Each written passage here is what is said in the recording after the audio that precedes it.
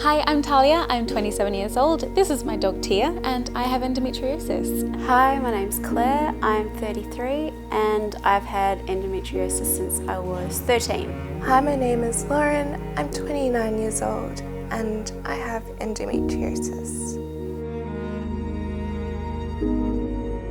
Endometriosis is the abnormal growth of endometrial cells that are the same as those that form inside the uterus, but they grow outside the uterus. This causes symptoms of excessive bleeding with periods, extreme fatigue, infertility, and extremely debilitating pain. There is currently no cure. Patients with endometriosis are commonly undertreated for their pain, especially in emergency and after surgery. So for a while, I thought that I was only getting treated this way. So I also questioned myself on why I was being treated this way. Was it the way I looked? Did I not look sick enough? Was I doing things that made them think that I was trying to get medications when I didn't need it? Basically blaming myself and thinking, was I doing something wrong? When clearly they were the ones that were doing something wrong. It wasn't till I joined Facebook groups that I heard the same stories over and over again. There have been multiple studies on the treatment of endometriosis pain being treated by the medical profession. All studies came back with the same conclusion. Women were often dismissed despite having obvious physical symptoms of extreme pain. You quickly learn that emergency is not as helpful as TV makes it out to be. There have been times where I've been in the fetal position on the floor, screaming and crying because it just hurts so much. And it might still take me 5 hours to get a bed, and then maybe another hour or two to see a doctor. And by that time it's 3 in the morning and you're just beside yourself and can barely function. And then they go we don't know what's wrong with you, so we're gonna send you home. And when I woke up, I felt like I was going into labour. It was absolutely hideous. And I was having, it would have been waves of 10 out of 10 pain. I'd never had that much pain.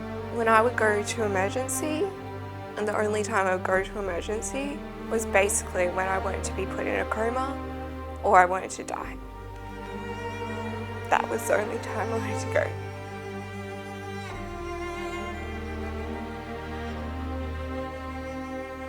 So basically you would push yourself in extreme pain to the point where you didn't really want to live anymore. And that's when you would go to emergency because you're just I need help now. Even though I know they're probably going to treat me like shit. When I told people about my experiences in emergency, a lot of people didn't believe me because I'd never experienced it before. Until I had friends come with me, they're like, wow, they really do treat you like that. I'm like, yep, they do. Women often feel like they are not being treated seriously by the medical profession, which can lead to dire effects on women with this disease, to the point that studies have shown an increase in suicide with women who have endometriosis. I don't know why endo is so dismissed. That needs to be changed. That needs to stop. It is affecting people. It is affecting their quality of life.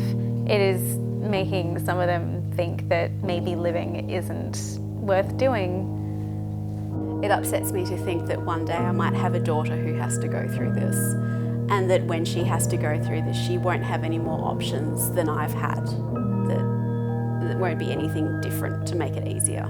She'll just have to go through the same thing. And then maybe she'll have a daughter and she'll be going through the exact same thing, all because there's not enough being done. More people should know about this disease, and especially in the medical profession. And we also need to reduce the stigma around women's periods, around endometriosis, that it's just a women's issue, that it shouldn't be talked about, that women's issues should be treated seriously. Without women, we wouldn't have a world. So maybe that should be taken into consideration. consideration a bit more.